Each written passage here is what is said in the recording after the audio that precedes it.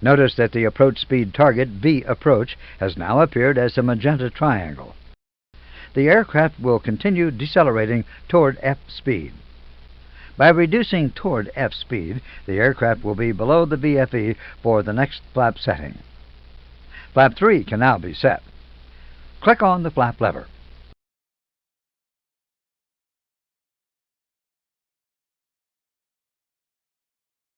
As before, VFE next and VFE move to reflect the new flap position.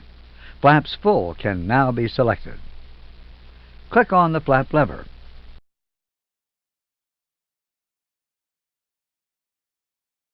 The aircraft will eventually stabilize at V approach, and the VFE will be adjusted to reflect full flaps.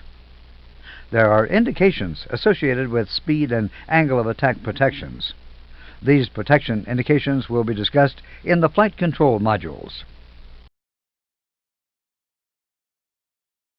Once the aircraft lands, all additional speed indications are removed except for the speed trend arrow.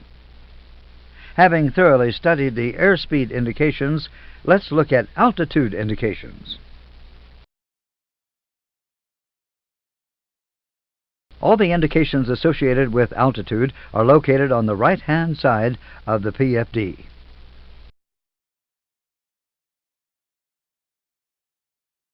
The main part of the display is dedicated to the altimeter. To the far right is the vertical speed display. We will look at the altimeter indications first. The middle part of the altimeter contains a green digital readout of altitude.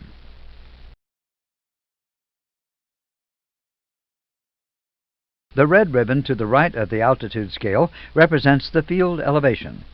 The ribbon is currently level with the center of the scale.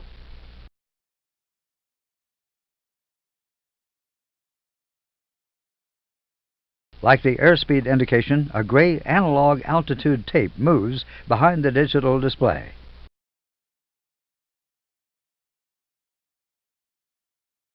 In this example, there is a target altitude of 17,000 feet displayed.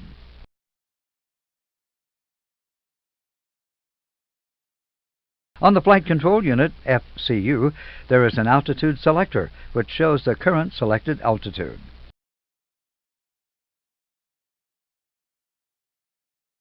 At the bottom of the altimeter is an indication of baro reference. In the example shown, the QNH is 30.08 inches.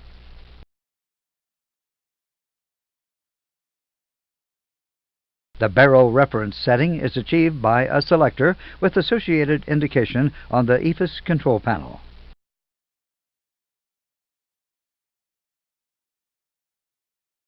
The baro reference may be changed from inches of mercury to hectopascals by rotating an outer selector.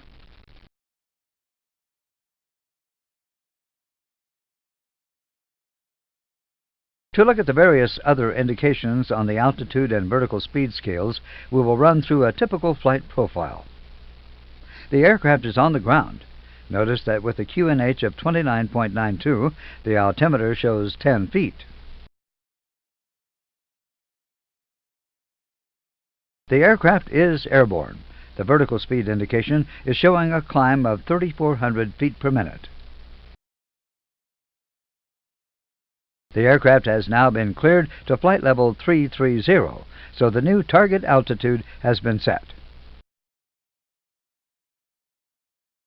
On passing the transition altitude, the standard pressure setting must be set by pulling the baro reference knob on the EFIS control panel.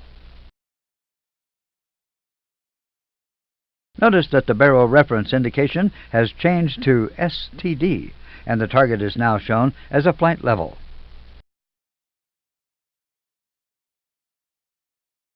The aircraft is now cruising at flight level 370.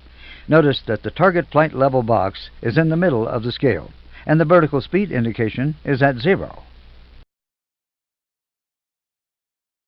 At the transition level, the baro reference is set to show QNH by pushing the baro selector knob on the EFIS control panel. In the final stages of an approach, the ground reference ribbon will reappear, along with the landing elevation line. Notice that the vertical speed indication is showing a rate of descent of 800 feet per minute. Also notice that the missed approach altitude has been set at 9,000 feet. When the aircraft lands, the ground reference ribbon is in the middle of the scale and the vertical speed indication is at 0. We will now look at the compass scale. The compass display is very conventional. The gray scale moves against a fixed yellow line, which represents the center line of the aircraft. In the example shown, the aircraft is on a heading of 091 degrees. The small green diamond represents the aircraft track, and it is normally referred to as the track diamond. In the example shown, the track is 094 degrees, which means that the aircraft has 3 degrees of drift to the right. A selected heading may appear either as a blue figure on the appropriate side of the compass scale or a blue triangle. On the FCU, there is a heading selector with an indicator that is linked to the selected heading indication on the PFD compass. There is a direct relationship between the small white ticks on the horizon line of the attitude indicator and the compass scale. As the heading changes, the ticks move to stay in line. Now, let's look at how ILS information is displayed, and in particular concentrate on the compass scale.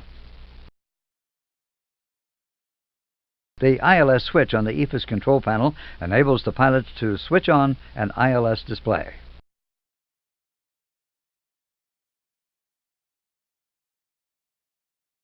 The ILS display includes indications for localizer, front course, glide slope, information.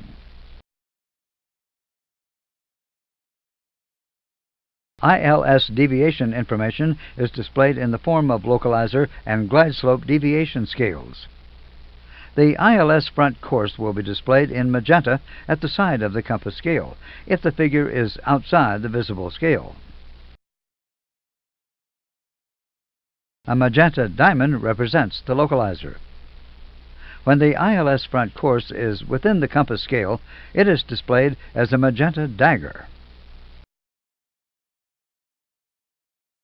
In the example shown, the aircraft is established on the localizer, and the glide slope indication has appeared in the form of a magenta diamond.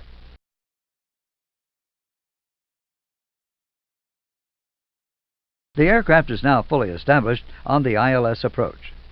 Let's look at the indications on the compass scale in detail. With the aircraft established on the localizer, the heading is 230 degrees. The track diamond is showing 3 degrees of left drift. The ILS front course dagger is beneath the track diamond. You will see how useful the track diamond can be to help you fly an accurate approach in the simulator phase. You will be given more information on the ILS system, the flight director, the radio altimeter, and the flight mode annunciator indications later in the course. Now, let's look at another useful indication available on the PFD, the flight path vector. The flight path vector can be displayed on the PFD to show you what the aircraft is doing in relation to the world. It is an indication of the aircraft flight path. It is not a director. The green symbol, sometimes called the bird, represents the aircraft. The attitude indicator represents the world. Let's look at the FPV in a bit more detail. To begin with, we will look at the indication for an aircraft in level flight with no drift. For training purposes, we will exaggerate the angles. The aircraft heading and track are the same, so the flight path vector and the track diamond are in line with the heading marker. These indications mean that the aircraft is not drifting.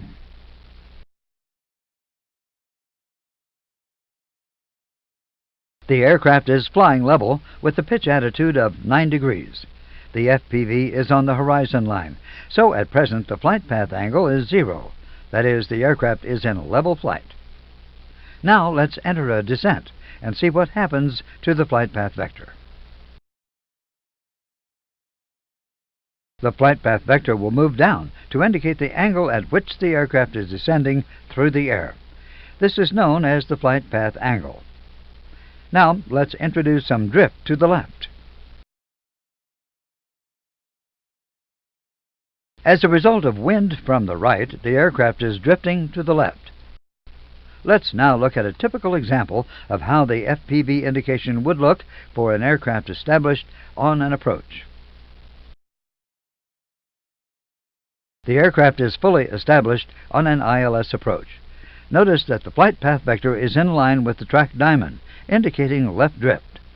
The FPV is below the horizon line in a 3-degree descent angle.